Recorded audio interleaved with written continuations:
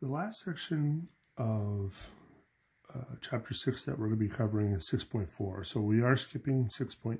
So 6.3 gives a little bit more detail about how some of this works as far as looking at the mean of a sample size and applying the normal distribution to it. But we're going to skip that and jump right into some of the consequences. So the central limit theorem tells us that for a population with any distribution, the distribution of the sample means approaches a normal distribution as the sample size increases. The procedures in this section form the foundation for estimating population parameters and hypothesis testing, which we'll be seeing in later chapters, which unfortunately you won't see in this course, but that's okay. So what exactly does this mean? Well, if we have a normal distribution, a sample from a normal population, if we took a single sample, it should follow a normal distribution, a bell-shaped curve. And as we increase the number of samples and look at the average of those samples, we're going to still see the same thing. But what's interesting is that it gets skinnier and taller. So essentially, as n gets larger in size, it gets more normal, and the standard deviation shrinks. And no matter what population you steal from, if you take a sample from a uniform, yes, one sample is going to look uniform. But as we take more and more samples and average those samples, we're going to start to see it becomes normal. And as n gets even larger, eventually we will get that same normal distribution. But again, the standard deviation is going to be smaller. And then there's the last case of it. If n is equals 1 from a U-shaped population, it's going to be a U-shape. But as we get more and more samples, eventually it's going to be a normal distribution. So the question that you're probably wondering is, what is that magic number? So as the sample size increases, the distribution of sample means approaches a normal distribution. So the question, what is the minimum number of samples for this to occur? We can kind of see that, between 10 and 50, it's starting to get there, but it's not quite there yet. So what's the magic number? And the answer is, it depends on the distribution of the original population. So remember, the original here was normal. The originals in these two were not. So we're going to look at two different cases. So if the original population has mean mu and standard deviation sigma, simple random sample of the sample sizes n are selected from the population. So we have two cases. So the first case is that the original population is normally distributed. So if you have a normally distributed population, then it doesn't matter what the sample size is. And we can kind of see that from the original example. If we took one sample, it looks like a bell. If we take 10 and average them, it looks like a bell, and so on. So it doesn't matter what the sample size is if the population is normally distributed. Now, we said that the standard deviation shrinks, and it shrinks according to this formula. So it depends on what n is.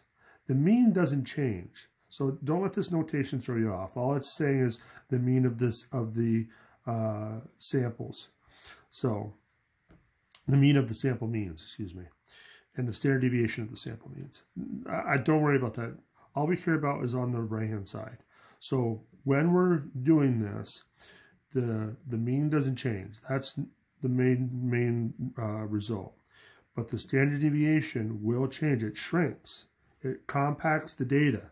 So in order to do that, we're going to divide by the square root of n. Whatever the standard deviation was originally, we'll divide it by the square root of n. So what happens when the population is not normally distributed? Well, that's our second case. So if the population is not normally distributed, then n has to be of a certain size. N has to be greater than 30, and then we can treat it like a normal distribution, in which case we get the same mean and standard deviation as a result.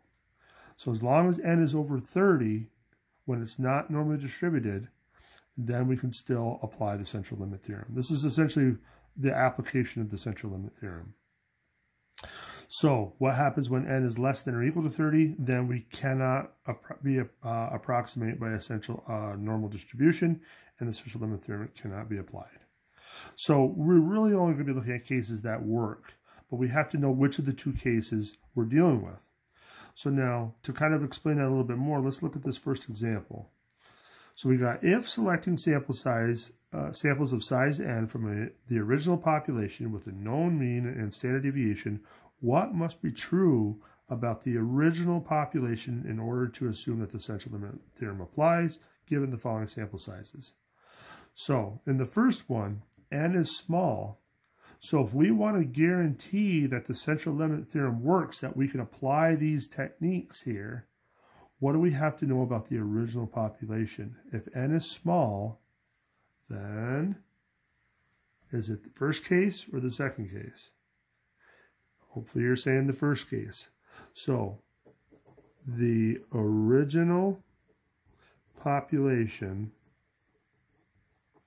must be normally distributed.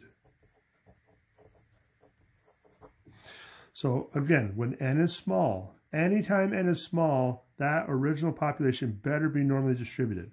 Otherwise, you're not going to be able to do it. You just can't. Now, for the second one, if n is 31, well, now it's big. So, could it be case 1? Sure. Remember, it doesn't matter what n is if it's case 1. If the original population is normally distributed, you're always going to have a normal distribution no matter what the sample size is. But will it satisfy case 2?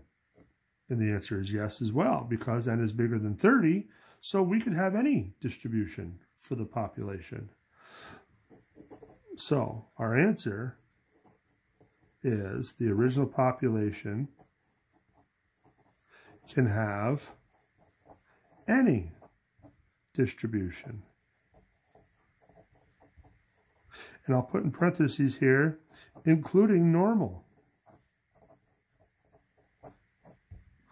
So it could be a U-shape, it could be a straight line across, it could be a bell, it doesn't matter because n is big. When n is big, then it doesn't matter. We don't have to worry about it. The essential limit theorem will always apply. So let's stop there, and then we're going to see how we actually do the problems knowing that the essential limit theorem applies.